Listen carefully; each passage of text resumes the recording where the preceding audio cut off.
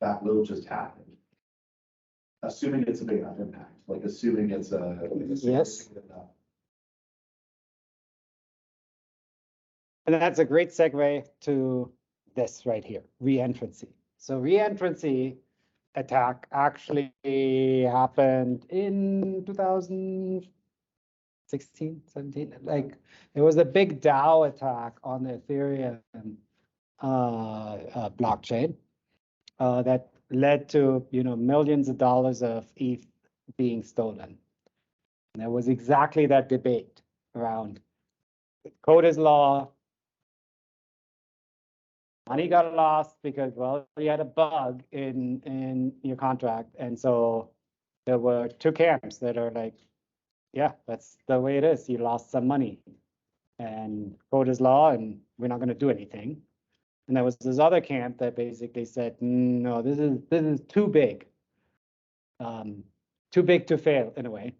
We need to do something. And so what happened was actually both of those things happened, where essentially the Ethereum Foundation said, no, we got to change it. So they essentially reversed the transaction, recovered the funds, and then distributed the funds. And they did that through a hard fork. So that essentially then created a new chain, which is now the Ethereum chain. It undid all those transactions, like to the previous stage.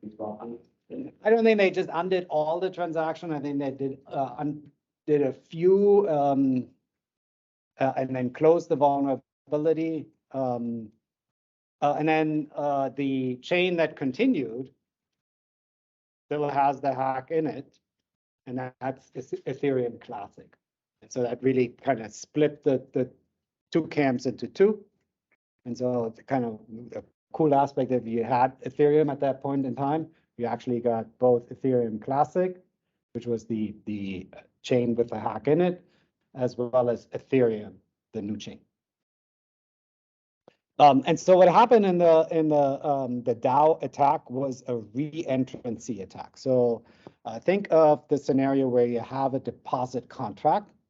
So an EOA can basically add, let's say, an ETH, and then it calls the withdrawal function on the contract to say, hey, give me that ETH back. And so the contract then basically sends the ETH to the EOA and updates the user balance. So if I deposited 2 ETH, I now say withdraw 1 ETH, it will send 1 ETH and then update the balance from 2 to 1 ETH, right? So you could call withdrawal again. Now, that works fine if you're dealing with an EOA. Because when you send the ETH to the EOA, when the deposit contract sends the ETH to the EOA, that's when kind of the transaction is over. But what could happen is you're actually sending the ETH to a contract, and that contract could be malicious.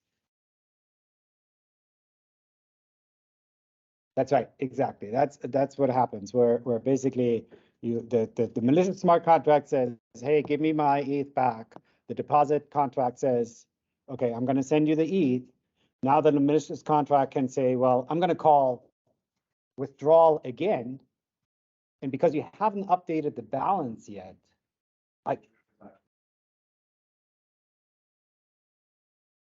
it's just one transaction, but it's not necessarily related to the transaction, but rather related to the 2 steps here. So let's look at an example here.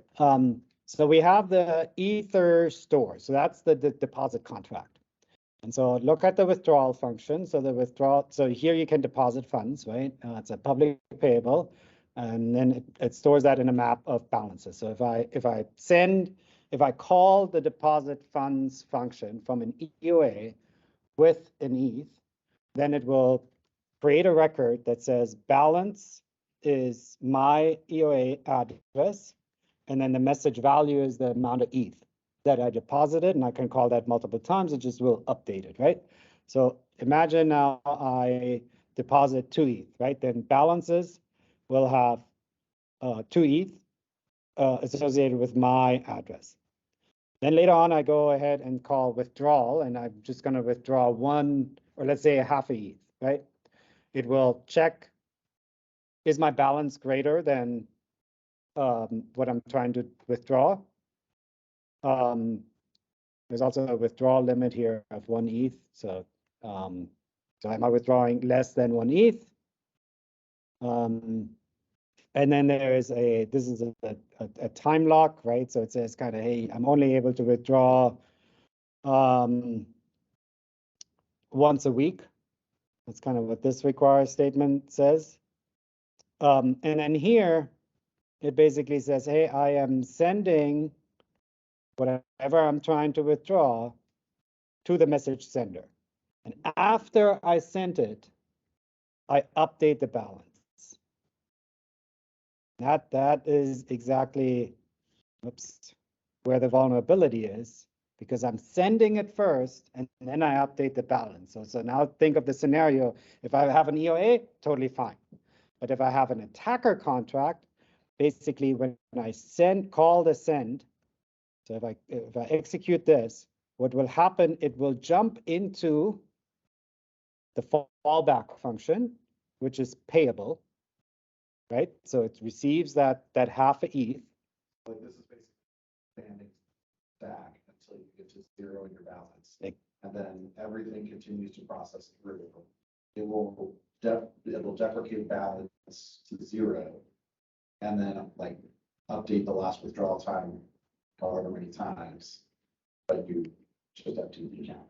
That's right. So basically what happens is this call will essentially invoke this function right here, the payable function. It will check, hey, if the contract balance is greater than 1 ETH, well, let me continue to withdraw 1 ETH. So I call withdraw funds 1 ETH. It will jump into this function. It will check my balance. Well, my balance is unchanged. It will check the withdrawal limit, so it's less than 1 ETH or less than equal than 1 ETH. It will check whether the last withdrawal time is within the week. All of that hasn't updated yet, right? And so that can continue infinitely until the balance is essentially 1 ETH. And the reason why it checks that 1 ETH is because It's checking the balance. the contract, yeah. Wallet. So this is across all wallets. That's right. And the reason why it's checking that 1 ETH is because if it calls the withdrawal and there's no balance at all, exactly. It's all one transaction, right? Does anybody recall whether the call passes all the gas to the contract that it's invoking? Or whether it is a finite amount of gas?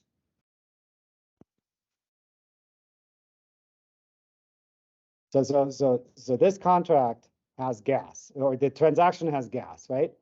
And when you, from a contract, call another contract, depending on how you invoke it, you either pass gas along or not, or a finite amount of gas. I remember there was 3 days. I don't remember which.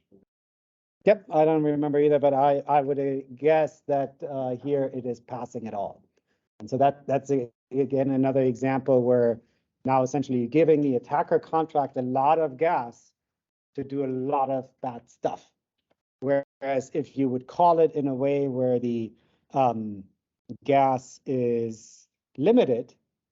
Like normally, it's like if I'm sending national less. That's right. Less gas. That's right. And so then if you call that the attacker function, attacker contract that way, then it would immediately run out of gas because it doesn't really have any gas to do any operations. So there's a variety of ways you can kind of defend against reentrancies. I wouldn't rely on gas. I think a lock would be better, or a reordering of the statements here. So you could just take the balance and the last withdrawal time and put that above the require, right? And then you call require. You call the sending. So this one is an important attack to know about.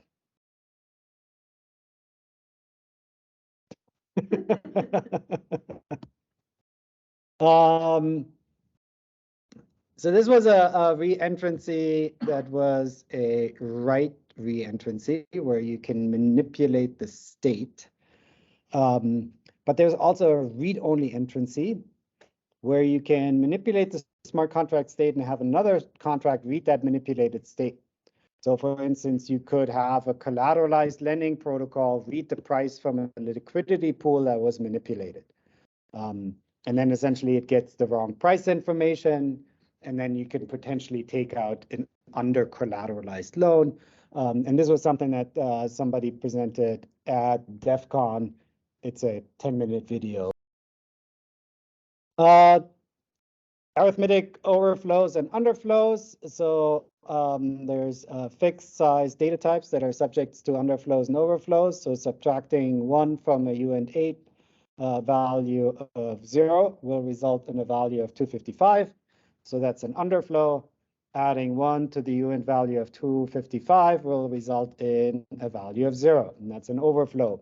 So here you have a time lock contract where you're able to deposit, just like kind of in the previous contract, you can deposit ETH into the contract and lock that for a week. There is a function here that allows you to increase the lock time. So let's assume you had 1 week, but you want to increase that lock time after some time. You can add some seconds to it, and then you can withdraw. So the risk here is that I can subsequently add something that is to overflow on the UN for seconds to get back to 0. So I can take away time lock by adding a bit of function number. That's right. You guys got that? So essentially here on the time lock, I'm just adding UINT to a UINT. And so eventually that can be overflown. And then the time lock is essentially reset. So it broke that particular contract. How would you defend against this? I think that there is a library for safe operations, I think. Yes. Yeah. It's a safe math library. And I think that kind of the way it behaves, if there is an overflow, then it would basically throw an error.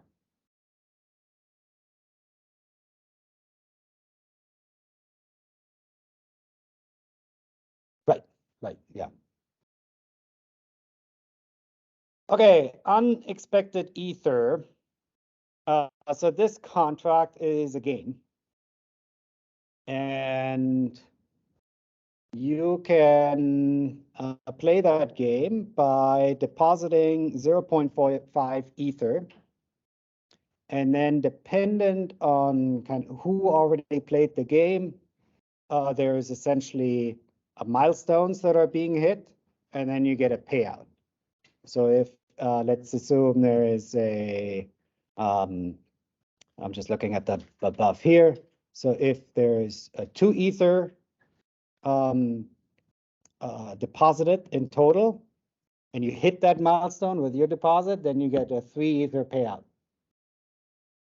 Then the next milestone, if there is 3 ether deposited in total, then you get a 5 ether payout, and then the final milestone is another 5 ether. Yeah, because then it kind of adds up, right? And so the play function basically checks, hey, if the value is 0.5, it has to be 0.5. The current balance gets calculated, which is this dot balance, which is essentially a context variable that is available that you can query on a contract that basically says how much ether am I holding, and then it adds the message value, and then it requires that the current balance is less than the final milestone, because if that is it, then the game is over, and then it kind of checks whether the current balance is hitting the milestone, and if that is the case, it will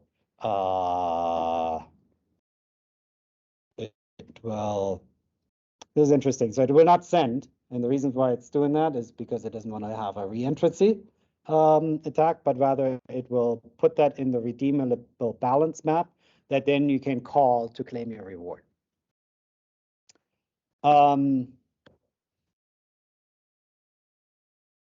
So the issue with that is what?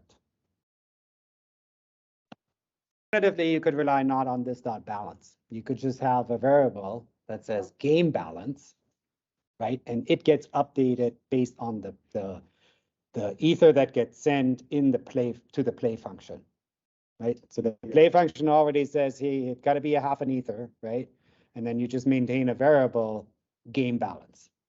And then if somebody self-destructs a contract and sends ether to the contract, the balance will be influenced, but the game balance will not. So in that case, like, Default visibilities, if no visibility is specified, the visibility is set to public. So we have this particular contract hash for ether. There's a function called withdraw winnings and send winnings. If the it basically checks whether the last 8 hex characters of the address are 0. So it's kind of a silly game, but if you have a special address, then you're essentially able to withdraw the winnings. What's the vulnerability here? Hey, if your address ends in zeros, then call send winnings. That's right, or you could just call send winnings. Entropy illusion, timestamp manipulation, and we talked about that a little bit already. All transactions on the Ethereum blockchain are deterministic. There is no entropy or randomness.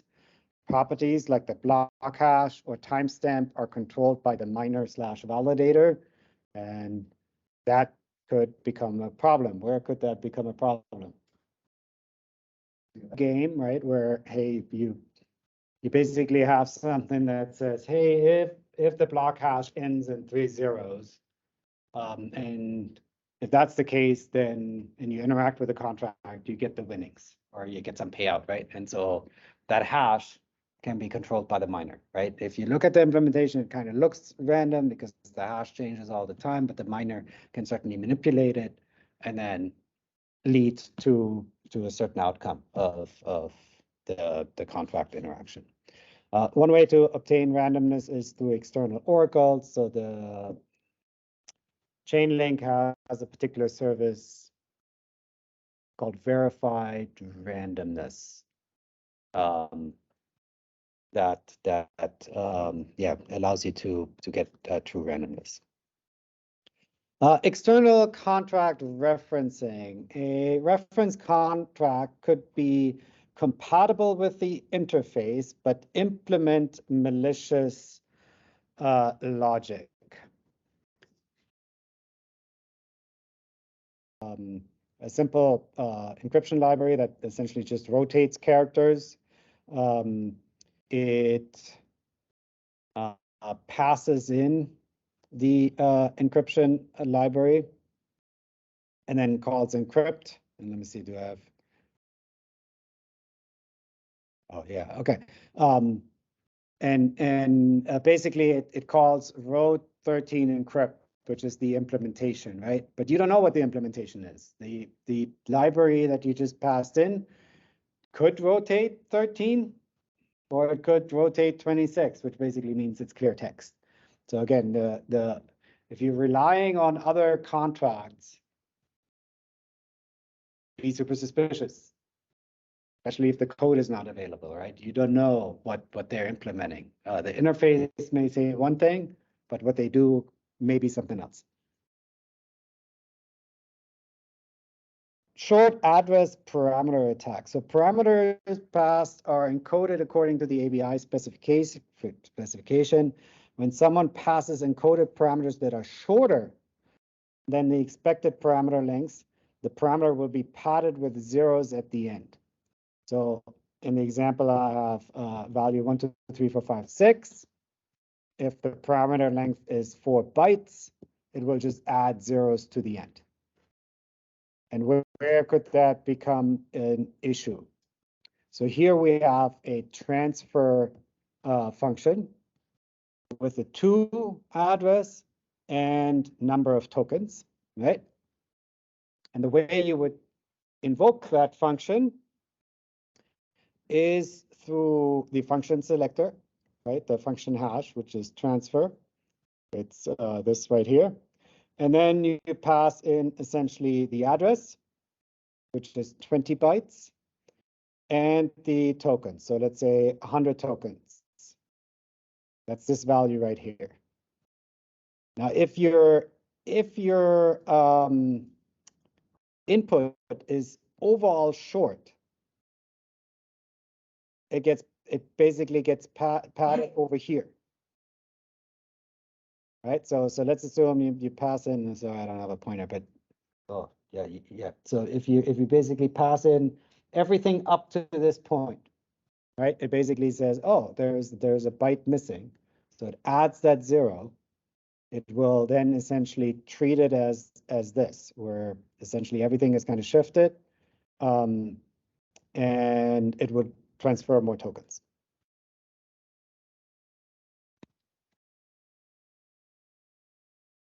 Unchecked call return values. So send and call, as we discussed the other day, do not revert, but rather return success flag or failure flag. If unchecked, this could lead to unintended consequences. So here we have a contract, which is a lotto contract.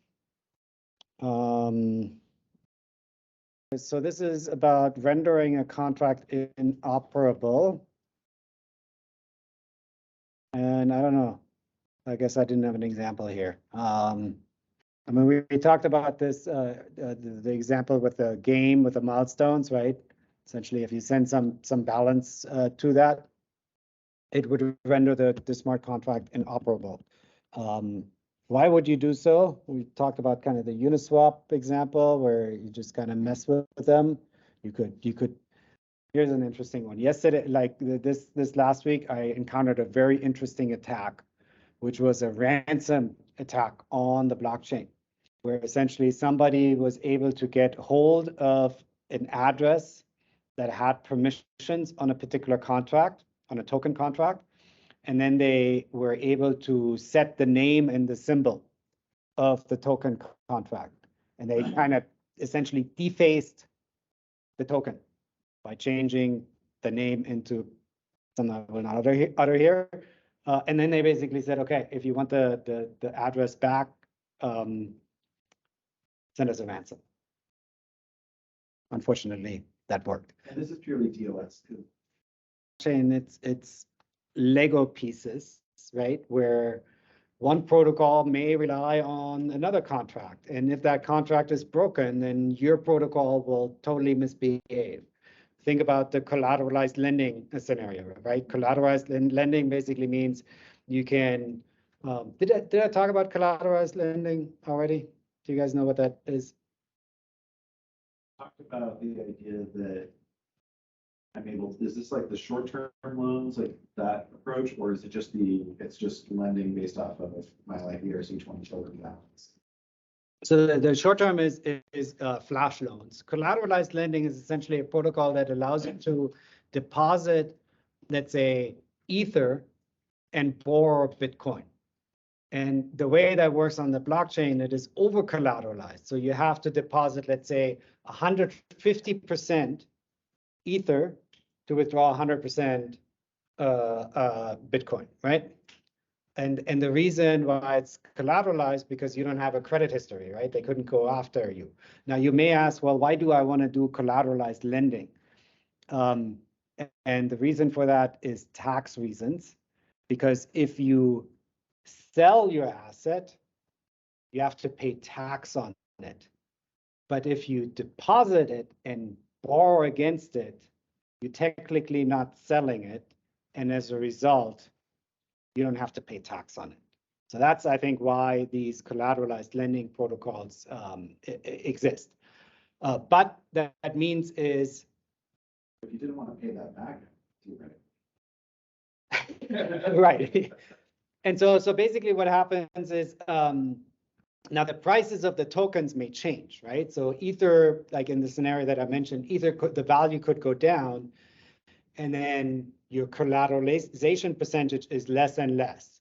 And at a certain point in time, the protocol will say, it's not enough. I'm going to sell all your Ether and you keep your Bitcoin, right?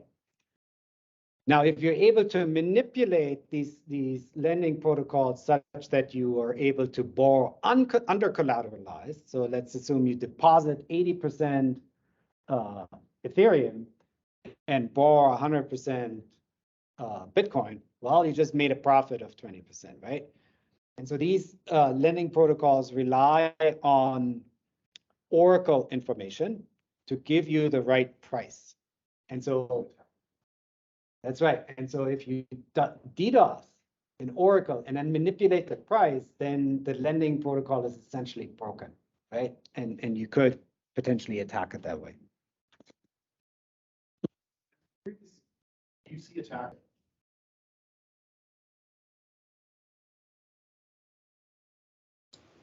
So normally the constructor should be only called once when we create the contract, but now the function name doesn't match the contract name, so this function can be called like multiple times. That's right. And it is public too, so yeah. That's right. Basically, this is like Solidity before version 0.7, I think. Constructor could be a function that is the same name as the contract, but as you see, there's a typo, right? It's lowercase o versus uppercase, and so as a result, it's just a regular function, and anybody can call it. Let me just see how much. Okay, 2 more.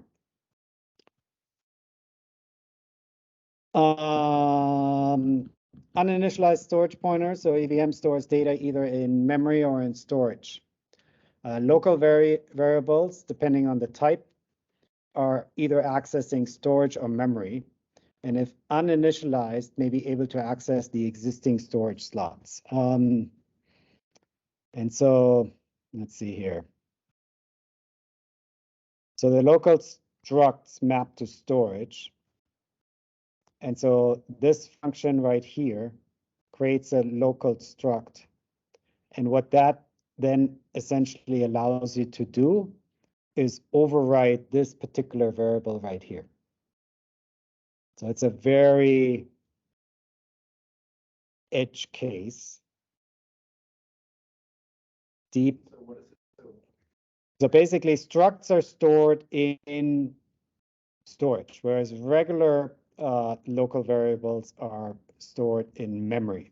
So these are kind of 2 storage locations. State variables are in storage. And so if you have a struct that a user is able to control, right? Here, basically, it passes a name and address. It creates a new struct. And basically what that right here does, it writes to storage. And so as a result, a user can overwrite this particular variable right here. Oh, this is. Yeah, sure. And so there's no native floating point representation in Solidity. Developers need to implement it on their own. And so if you kind of do simple logic like this, then essentially it doesn't quite calculate the values correctly. And then depending on your logic, you are screwed. One way to kind of mitigate that is by using large numerators and fraction and ratios. The order matters, and then convert to higher precision numbers. So obviously, UINT 256 is super large, and so that's one way to mitigate that particular instance. Now, all the yeah, exactly. Only converted. Yeah, that's right.